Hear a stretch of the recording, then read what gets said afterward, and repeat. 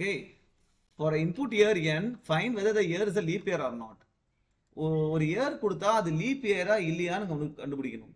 முதல்ல லீப் இயர்னா என்ன, அதுக்கு என்ன ரூல்ஸ் அப்படின்னா, சரி we all know that every 4 year leap year will come, right? Because ஏன் லீப் இயர் வருது நிறைய பேருக்கு இதுவே தெரியாது. சன் இருக்கு, ரைட்? இதுதான் சன்னு. எர்த் வந்து சன்னை ரொட்டேட் பண்ணி வருது, ரைட்? இது ரொட்டேட் பண்ணி வர்றதுக்கு எவ்வளோ நாள் ஆகும்னா, நம்ம எல்லாம் நினச்சிட்டு இருக்கோம் 365 டேஸ் ஆகும் நினச்சிட்டு இருக்கோம். 365 டேஸ் ஆகாது.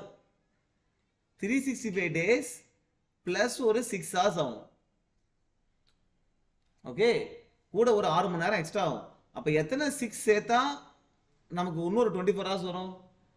4 6 சேர்த்தா தான் 24 hours வரும்.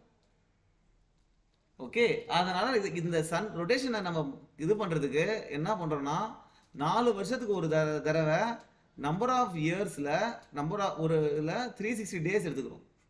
அதாவது February 29 ஒரு டே வந்துடும். எந்தெந்த இயர்க்கெலாம் வரும்? 4 டிவைட் பண்ணுற இயர்க்கெலாம் வரும்.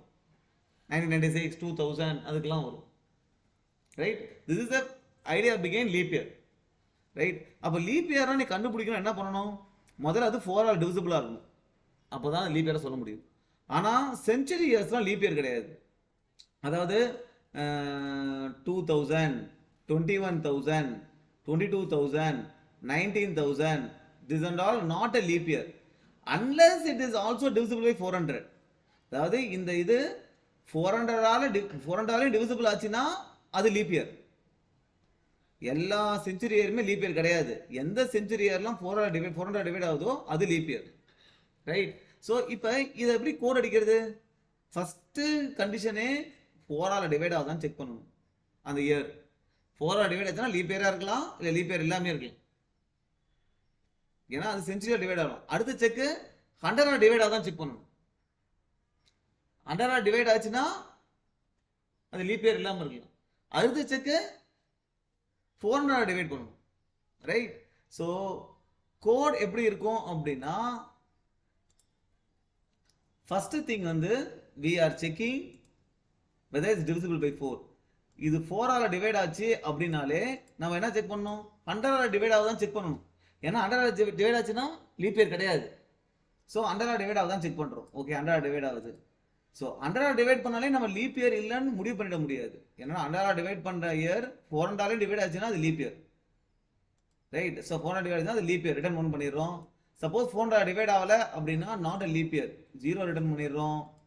ஸோ 4 டிவைட் ஆகிட்டு 100 டிவைட் ஆகலை அப்படின்னா இங்கே வரும் கண்டிஷன், அப்போ லீப் இயர். ஏன்னா 4 டிவைட் ஆகல லீப் இயர் தான், ரைட்? 100 டிவைட் ஆனால் மட்டும்தான் இந்த செக்லாம் நம்ம பண்ணணும், ரைட்? அடுத்தது 4 டிவைட் ஆகலைன்னா இது நாட் அ லீப் இயர், இங்கே ரிட்டர்ன் 0 பண்ணிடலாம். இது நம்ம எல்ஸ் போட தேவையில்லை, ஏன்னா இங்கே கண்ட்ரோல் எப்போ வரும்? இது ஃபால்ஸாக இருந்தால் மட்டும்தான் கண்ட்ரோல் வரும்.